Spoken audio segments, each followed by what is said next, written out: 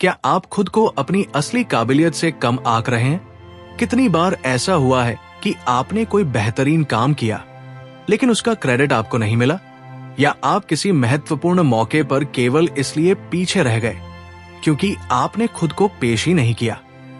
Robert Greene की प्रसिद्ध पुस्तक द 48 लॉज ऑफ पावर का चौथा नियम हमें एक जरूरी सबक देता है, हमेशा खुद को जरूरत से बड़ा दिखाओ।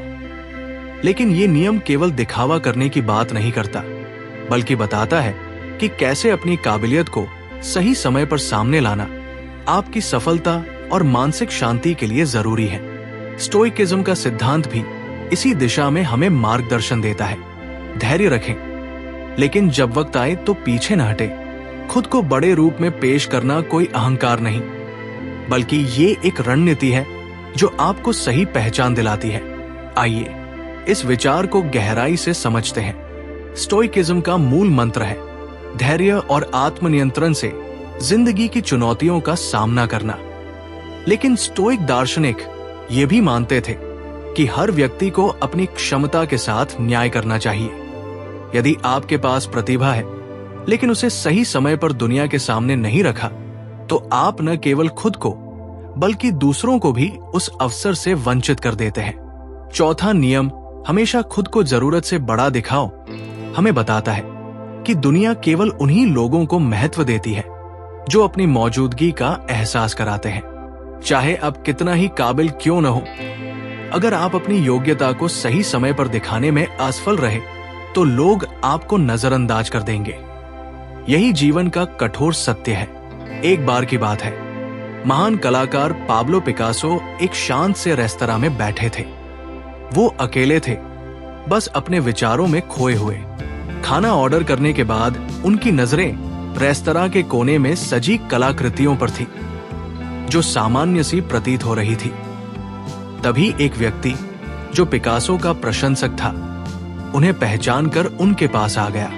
वो व्यक्ति अत्यंत उत्साहित था और बोला, सर, मैं आपकी कला का बड़ा प्रशंसक हूं। क्या आप मेरे लिए एक छोटा सा स्केच बना सकते हैं? आपके हाथों से कुछ पाना मेरे लिए बहुत गर्व की बात होगी। पिकासो ने मुस्कुराते हुए उस व्यक्ति की बात सुनी और बिना कोई आपत्ति जताए पास में रखे नैपकिन को उठाया। उन्होंने पेंसिल से कुछ रेखाएं खींची और महज कुछ सेकंड में ही एक सुंदर स्केच बना डाला। वो स्केच इतना प्रभावशाली था कि देखने वाले के मन में तुरंत कला के प्रति गहरी प्रशंसा पैदा हो गई।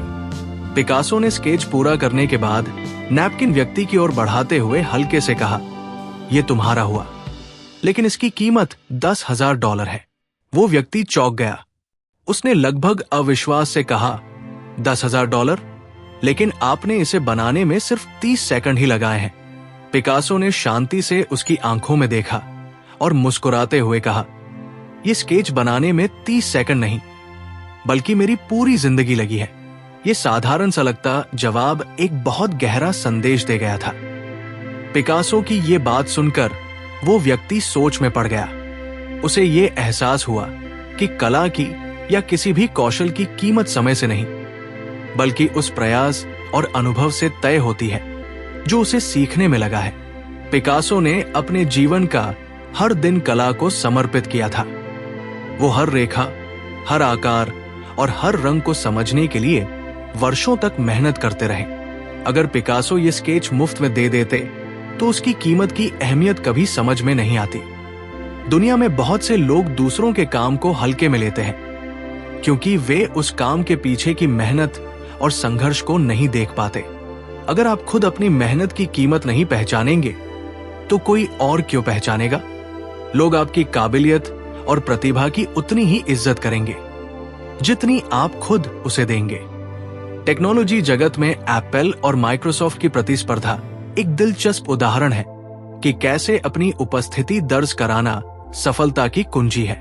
1980 के दशक में माइक्रोसॉफ्ट ने पर्सनल कंप्यूटर मार्केट में अपनी मजबूत पकड़ बना ली थी। एप्पल उस समय एक छोटी कंपनी थी और उसके उत्पाद उतने लोकप्रिय नहीं थे, लेकिन स्टीव जॉब्स ने केवल अच्छे प्रोडक्ट्स बनाने पर ध्यान नहीं दिया।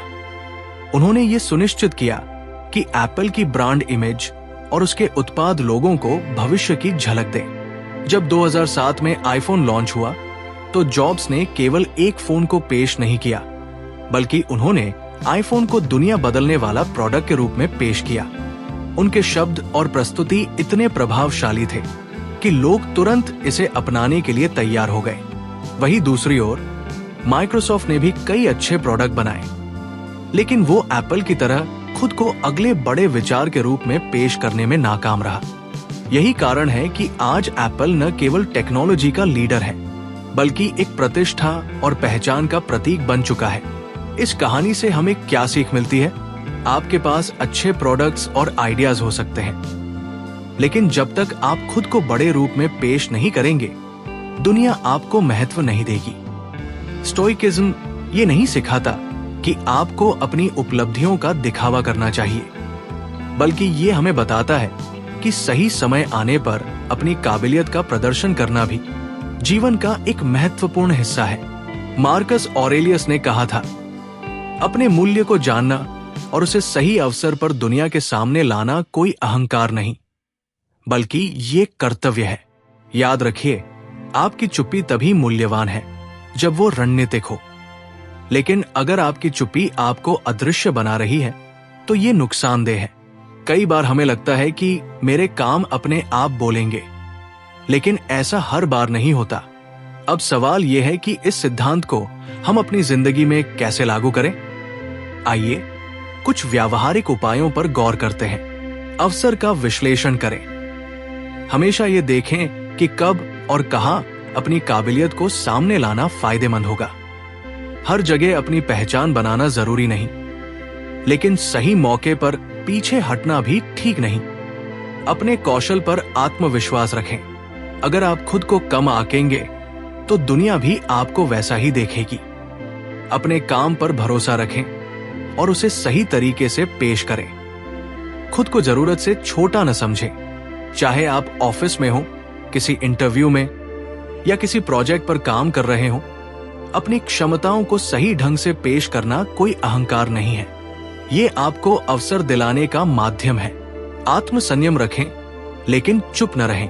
स्टोइकिज्म सिखाता है कि अपनी भावनाओं और शब्दों पर नियंत्रण रखें, लेकिन जब मौका सही हो तो बोलें और अपने मूल्य को प्रस्तुत करें। क्या आप भी अपने अवसरों को खो रहे हैं? तो अगली बार जब आप किसी प्रोजेक्ट पर काम करें, किसी बैठक में शामिल हो या जीवन के किसी भी अवसर का सामना करें, तो खुद से पूछें, क्या मैं अपनी काबिलियत के साथ इंसाफ कर रहा हूं? ध्यान रखें, सफलता की चाबी केवल मेहनत नहीं, बल्कि उसे सही समय पर सही तरीके से पेश करने में भी है। चाहे वो एप्पल जैसा बिजनेस हो या आपका व्यक्तिगत जीवन, आपकी पहचान उतनी ही महत्वपूर्ण है जितना आपका काम। स्टोइकिज्म और द 48 लॉज ऑफ पावर का चौथा नियम हमें यही सिखाता है। अपनी ताकत को पहचानो, सही समय पर दिखाओ और अपनी काबिलियत को कभी भी कम मत समझो। याद रखें, अपनी क्षमता का प्रदर्शन करना कोई अहंकार नहीं, बल्कि ये आपका अधिकार है। दुनिया उन्हें ही याद रखती है जो खुद को सही वक्त पर सही तरीके से प्रस्तुत करते हैं। वीडियो को अंत तक देखने के लिए धन्यवाद। यदि ये विचार आपको प्रेरित करता है तो इसे दूसरों के साथ भी शेयर करें और हमें कमेंट में बताएं कि क्या आप भी कभी अपनी काबिलियत को दबाकर बैठे रहे।